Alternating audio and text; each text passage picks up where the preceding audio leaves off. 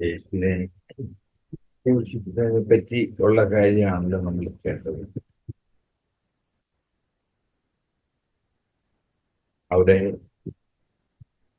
നമുക്ക് മനസ്സിലാക്കാനുള്ള കാര്യം, ക്രൂശിൽ മരിക്കത്തക്കൊന്നും യേശുവിൽ ഒരു കുറ്റവും ഇല്ലായിരുന്നു. ഒരു കുറ്റവാളിയാണ്, വെറും ഒരു കൊടും കുറ്റവാളിയാണ് ക്രൂശിൽ തറച്ചു കൊടുക്കുന്നത്. അത് ഏറ്റവും നീചമായ മരണമാണ്. റോമ ഗവൺമെന്റ് ശിക്ഷയിലെ ഏറ്റവും നീചമായ മരണം. ആ മരണമാണ് യേശുവിന് അവർ കൊടുത്തത്.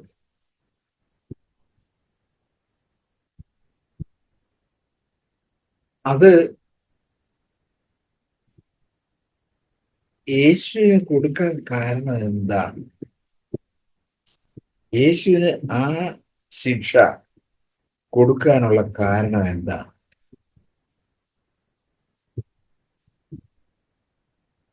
ആ ശിക്ഷ അവന് കൊടുത്തത്, അവന്റെ മേൽ വന്നത് നമ്മൾ അനുഭവിക്കേണ്ട ശിക്ഷയാണ്.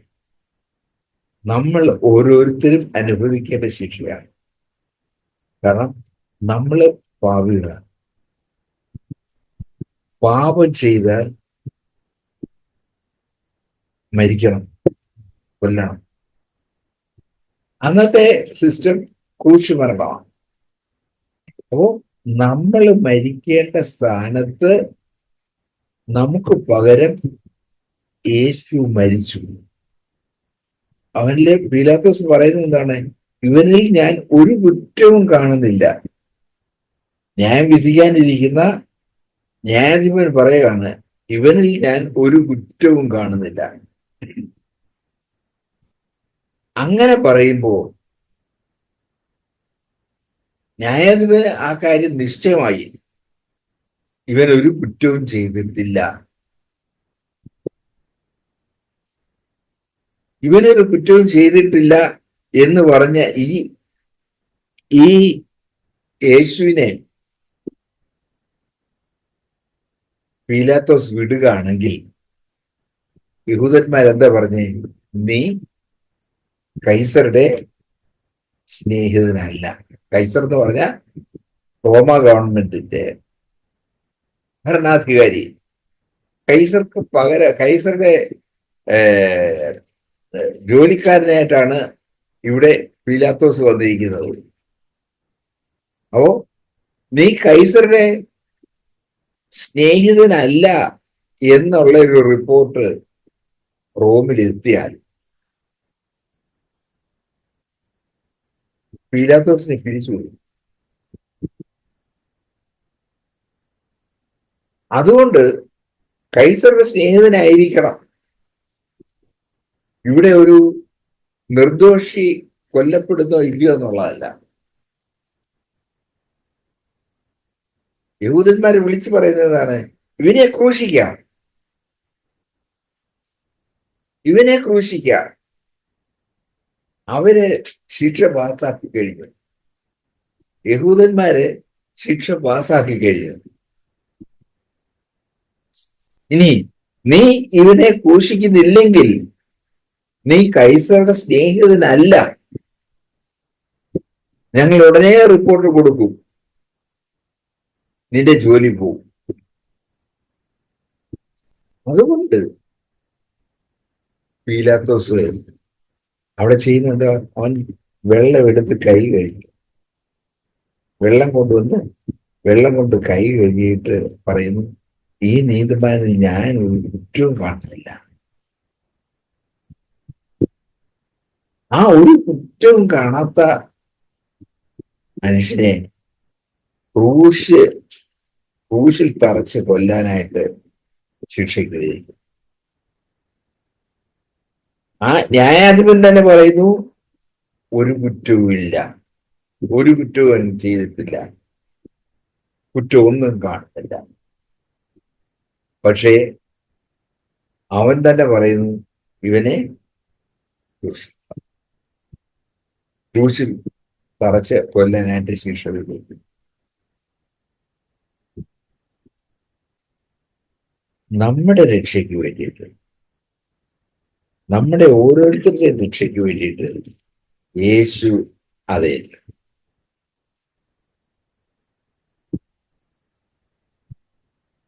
യേശു ആ ക്രൂശിൽ മരിക്കുന്നില്ലെങ്കിൽ നമ്മള് ഇന്ന് പാപികളായി നടന്നേ. നമ്മളിന്ന് പാപികളാണ്.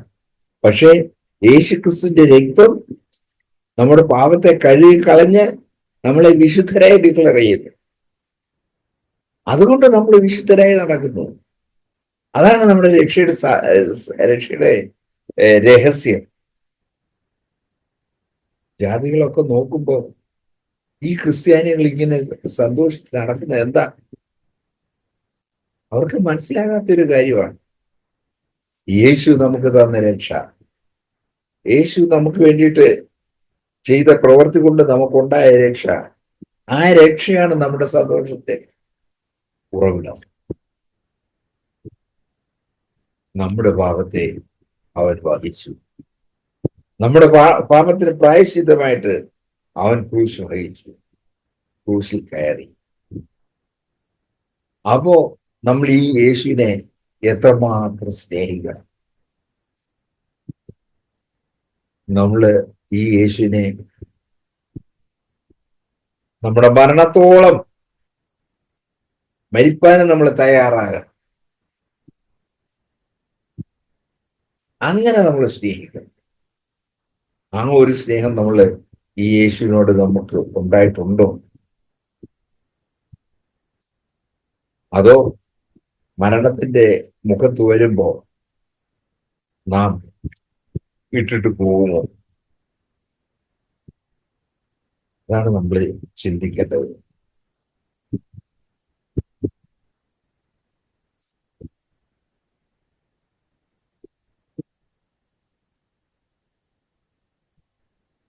നമ്മള് മത്തായി 27-ന്റെ 24 മുതലുള്ള വാക്യങ്ങൾ വായിക്കുന്നത് ആരവാരം അധികമാകുന്നതല്ലാതെ ഒന്നും സാധിക്കുന്നില്ല എന്ന് പീലാത്തോസ് കണ്ടിട്ട് വെള്ളം എടുത്ത് പുരുഷാരം കാണുക കൈ കഴുകി, ഈ നീതിമാന്റെ രക്തത്തിൽ എനിക്ക് കുറ്റമില്ല, നിങ്ങൾ തന്നെ നോക്കുവിൻ എന്ന് പറഞ്ഞു. അവർ പറയുന്നത് അവന്റെ രക്തം ഞങ്ങളുടെ മേലും ഞങ്ങളുടെ മക്കളുടെ മേലും വരട്ടെ എന്ന് ജനമൊക്കെയും ഉത്തരം പറഞ്ഞു. അവര് ചോദിച്ചു വാങ്ങിച്ച ഒരു ശിക്ഷയാണ്.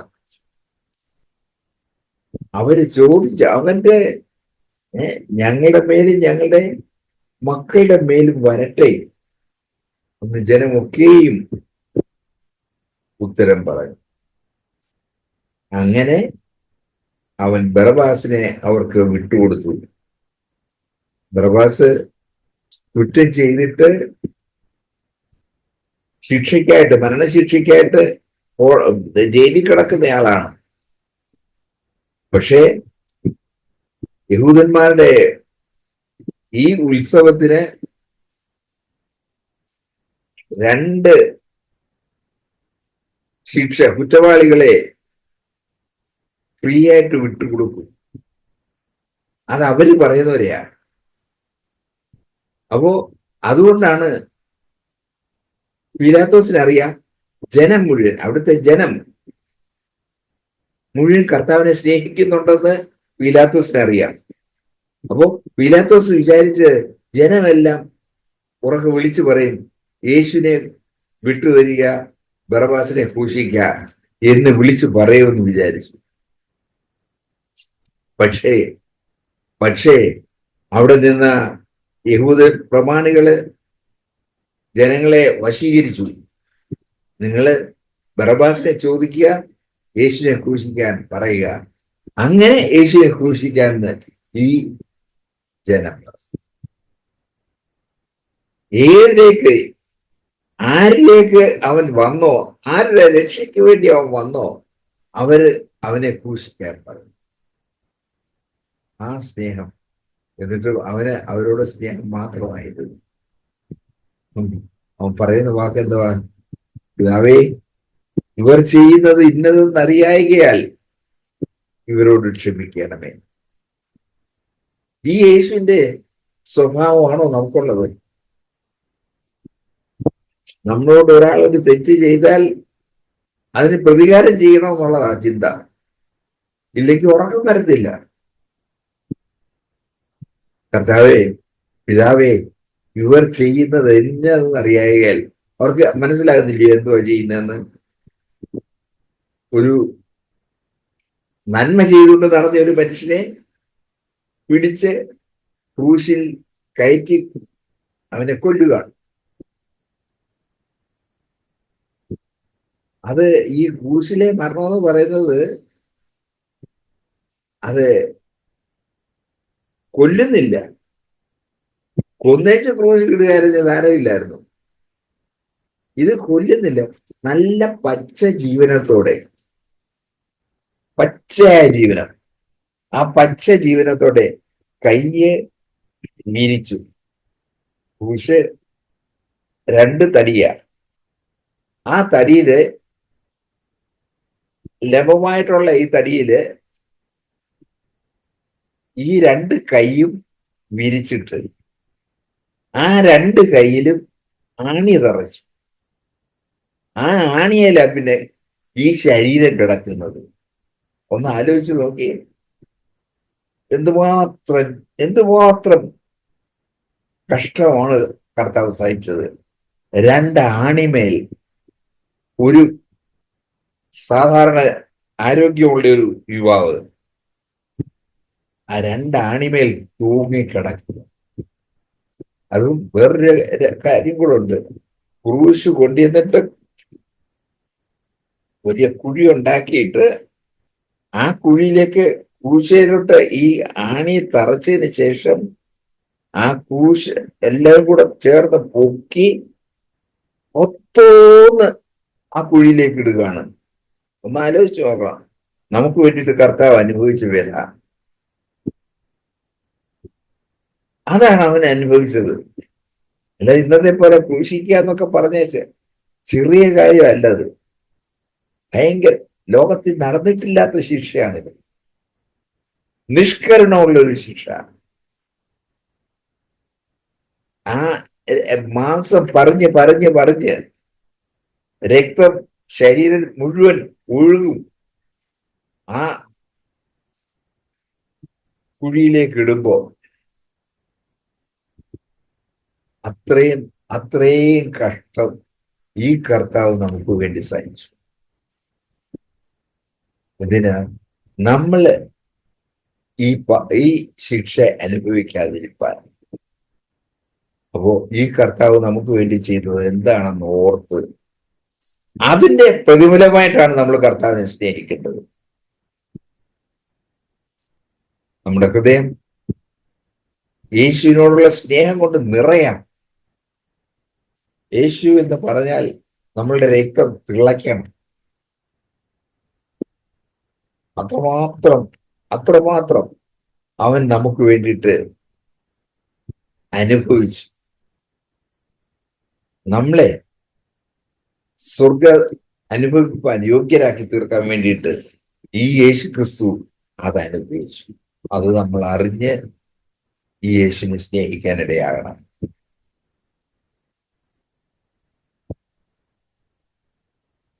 അതറിഞ്ഞ് ഈ യേശുവിനെ സ്നേഹിക്കാൻ, എനിക്ക് വേണ്ടി ഇഞ്ചിഞ്ചായി മരിച്ച കർത്താവ്, അവന്റെ ഈ സ്നേഹത്തിന് മുമ്പിൽ ഞാൻ എന്നെ പൂർണ്ണമായിട്ട് സമർപ്പിക്കുന്നു എന്ന് നമുക്ക് ഓരോരുത്തർക്കും പറയാം. അങ്ങനെയുള്ളൊരു ജീവിതത്തിലേക്ക് നമ്മളെ കൊണ്ടുപോകാം.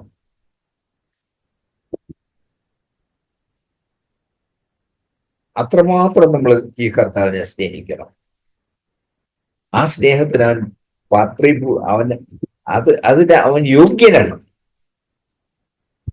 ഈ കർത്താവിനെ നമ്മൾ സ്നേഹിച്ചാൽ, എത്രമാത്രം സ്നേഹിച്ചാലും അത് അല്പം പോലും കൂടിപ്പോകത്തില്ല. അത്രമാത്രം യോഗ്യനാണത് അവൻ. അതുകൊണ്ട് നമുക്ക് ഈ യേശുവിനോടുള്ള സ്നേഹത്തില് വർദ്ധിച്ചു വരാം. കർത്താവേ, നീ എന്നെ വീണ്ടെടുക്കാനാണല്ലോ ഈ ഇഞ്ചിഞ്ചായി മരിച്ചത്. ഞാനിതാ നിന്റെ പാദത്തിൽ ഞാൻ മുട്ടുകുത്തുന്നു കർത്താവേ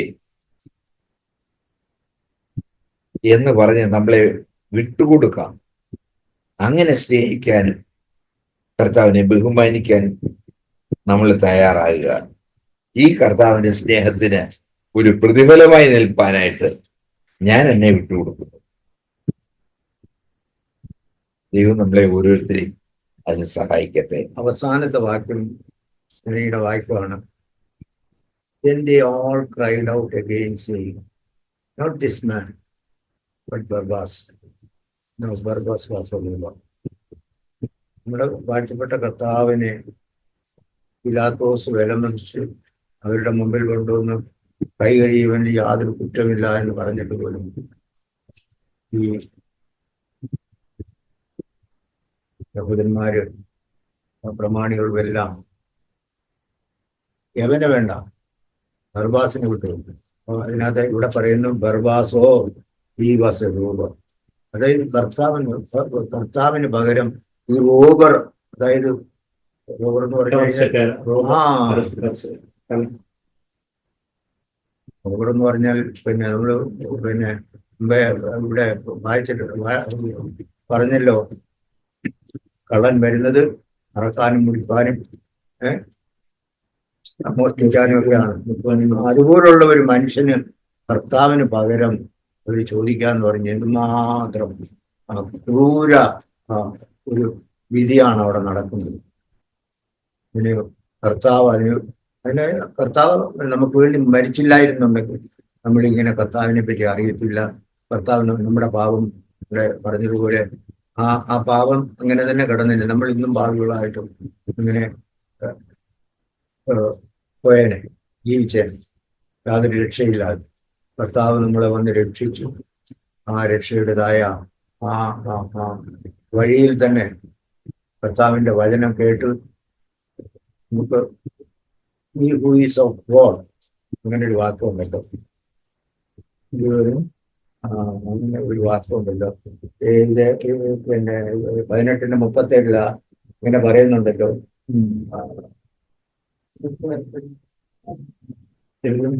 I should bear witness to the truth. Everyone who is of the truth hears my voice. കർത്താവിൻ്റെതായ അതായത് everyone who is of truth, സത്യത്തിലുള്ള ആൾക്കാരെ കർത്താവിന്റെ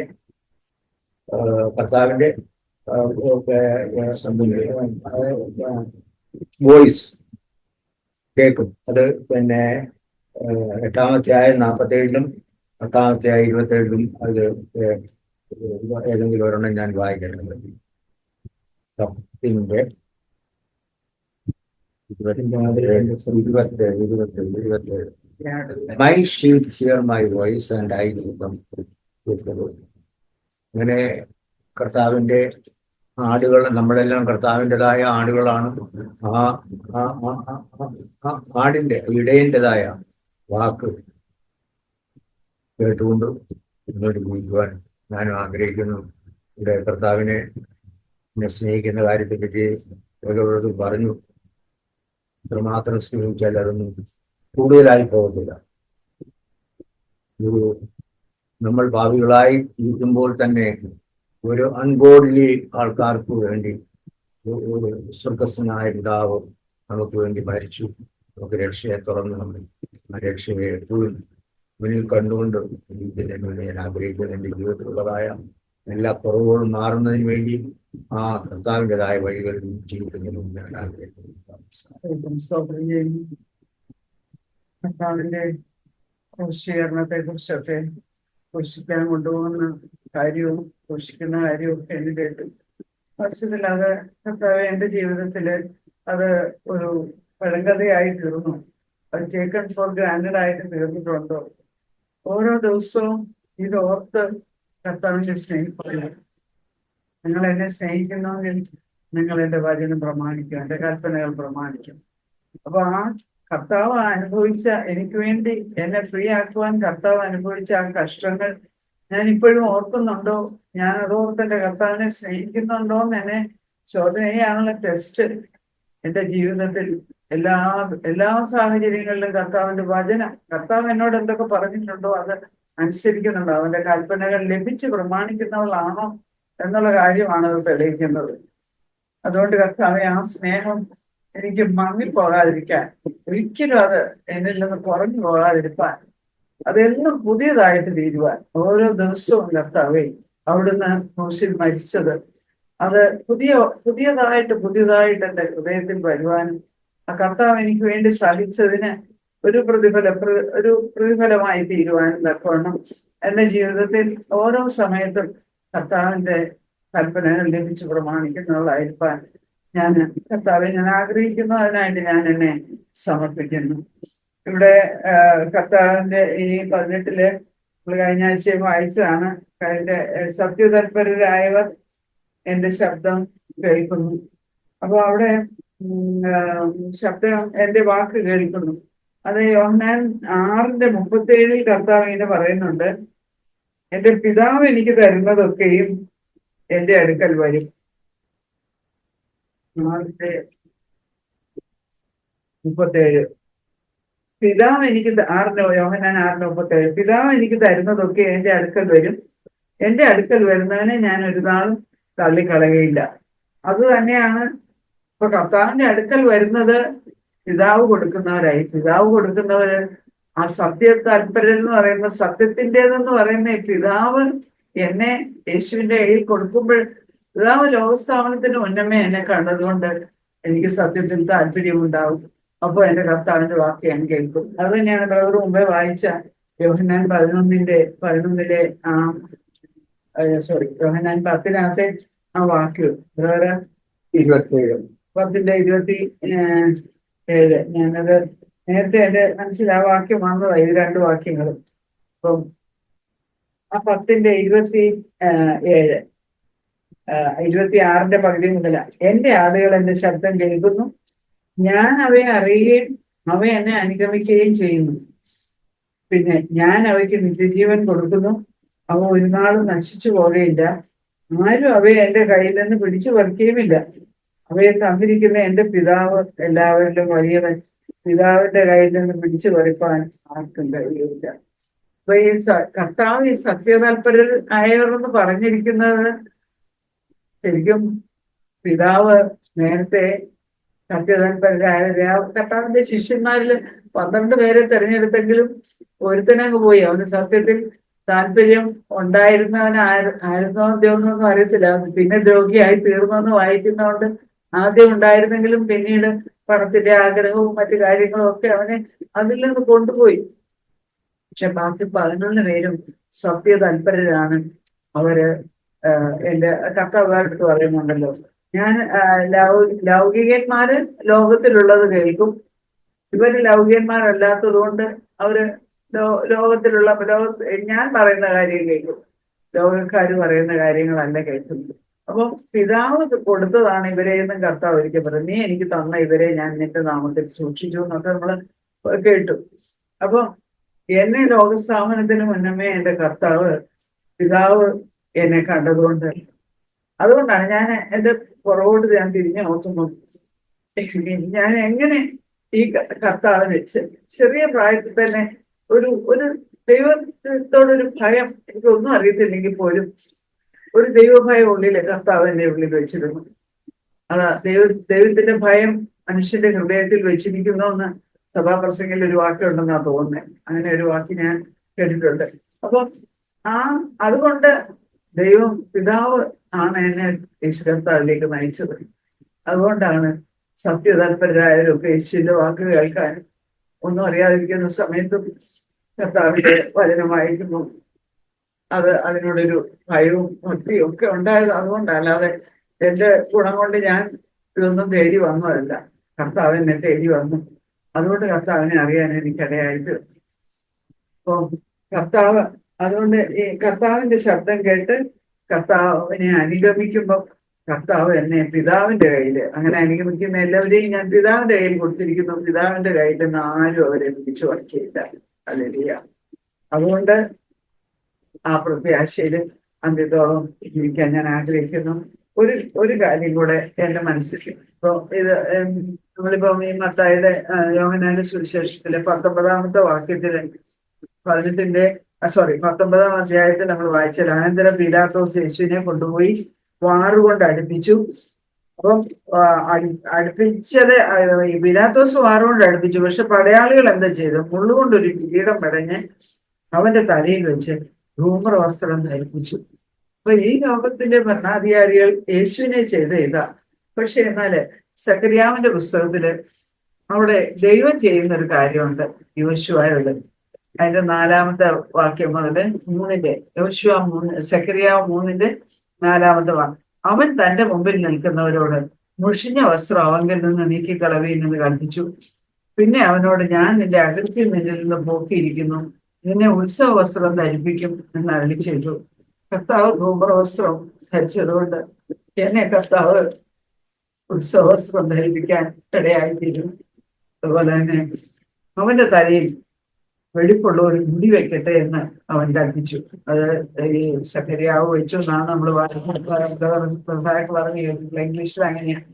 അവൻ കൽപ്പിച്ചു. അങ്ങനെ അവർ അവന്റെ തലയിൽ വെടിപ്പുള്ള ഒരു മുടി വെച്ചു, അവനെ വസ്ത്രം ധരിപ്പിച്ചു. അപ്പം യേശു കർത്താവിനെ അവർ ചെയ്തതിന്റെ ഓപ്പോസിറ്റ് ആണ് കർത്താവ് എന്നോട് ചെയ്യുന്നത്.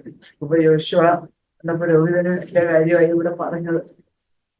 അപ്പൊ ഇത് കർത്താവിനെ വായിച്ചത് ആ 19-ാം അധ്യായം ബ്രദർ വായിച്ചപ്പോ ആ 2 വാക്യങ്ങൾ വായിച്ചപ്പോൾ ഞാൻ ഓർത്തത് ഈ ഒരു കാര്യമാണ്.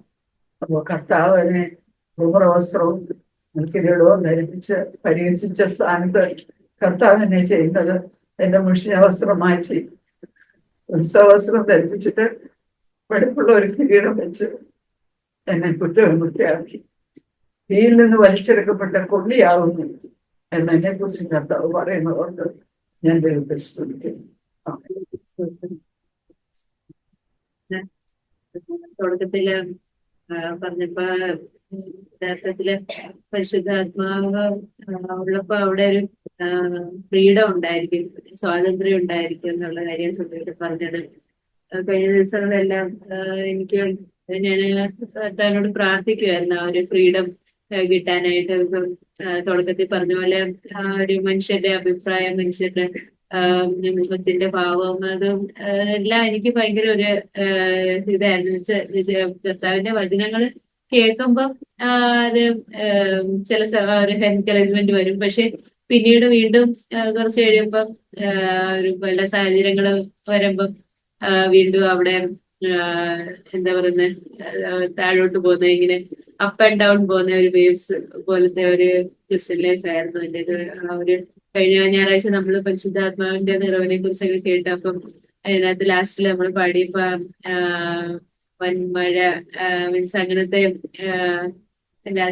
ഒരു വൻമഴ താ ദൈവമേ, അങ്ങനെ എനിക്ക് അവിടെ ഇവിടെയൊക്കെ കുറച്ച് മഴ ഇവിടെ എന്റെ ലൈഫിൽ ചാറിയിട്ടുണ്ട്. പക്ഷെ ആ ഒരു പരിശുദ്ധാത്മാവിന്റെ കംപ്ലീറ്റ് ആയിട്ടുള്ള ഒരു നിറവ് ഞാൻ ഇല്ലാന്ന് തന്നെ ഞാൻ കർത്താവിനോട് സമ്മതിച്ചു. അങ്ങനെ ദൈവം തന്നെ ഒത്തിരി എന്നെ ഒരു ബ്രേക്ക് ചെയ്ത് കഴിഞ്ഞ ദിവസങ്ങളെല്ലാം ഒരു പരിശുദ്ധാത്മാവിന്റെ നിറവിന്റെ ആ ഒരു അനുഭവമായിരിക്കും.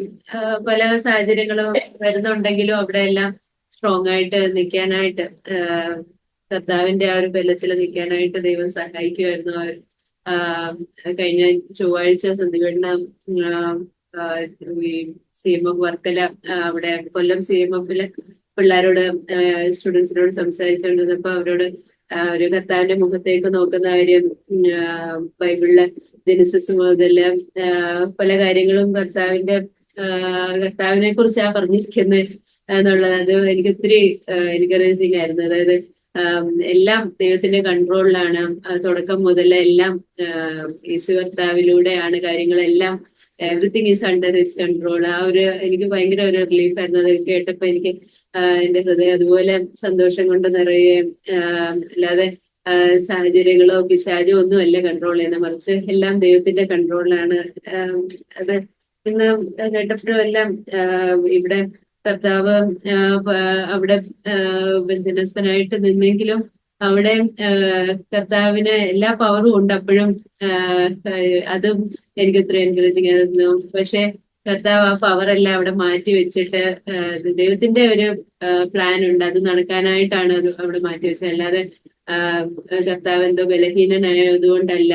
പലപ്പോഴും നമ്മൾ ഒത്തിരി നമ്മള് ക്രോസ് എപ്പോഴും ആ ഒരു ക്രോസിന്റെ മെസ്സേജ് ഒക്കെ നമ്മള് ശരിയാ, നമ്മള് ഇവിടെ നമ്മളെ സമർപ്പിക്കേണ്ടതായിട്ടുള്ള ഒരു കാര്യങ്ങളൊക്കെ ഉണ്ട്. പക്ഷെ എനിക്ക് ചില സമയത്ത് ഇങ്ങനെ ഒരു ക്രോസ് എന്ന് പറയുമ്പോൾ നമ്മള് എന്തോ നമ്മളെല്ലാവരുടെയും ഇങ്ങനെ താഴെ ഇങ്ങനെ എപ്പോഴും ഇങ്ങനെ നിൽക്കണം, അങ്ങനത്തെ ഒരു കണ്ടംനേഷനിലോട്ടൊക്കെ പലപ്പോഴും ഞാൻ പോയിട്ടുണ്ട്. പക്ഷെ കർത്താവ് ഹീസ് ഓൾമൈറ്റി, എനിക്ക് ഒരു ക്രോസിലൂടെ പോകാനാണ് ദൈവം അനുവദിക്കുകയാണെങ്കിൽ അവിടെ അതിന് അപ്പുറത്ത് റിസറക്ഷൻ ഉണ്ട്. ദൈവം അത് ദൈവത്തിന്റെ ഒരു പ്ലാൻ ഉണ്ട്. ദൈവം ആണ് ഓൾ പവർഫുൾ ആയിട്ടുള്ള എന്നുള്ള കാര്യം അത് എനിക്ക് ഇത്രയും കഴിഞ്ഞ ദിവസങ്ങളെല്ലാം ദൈവം എന്നോട് സംസാരിച്ചുകൊണ്ടിരുന്ന കാര്യമാണ്. പിന്നെ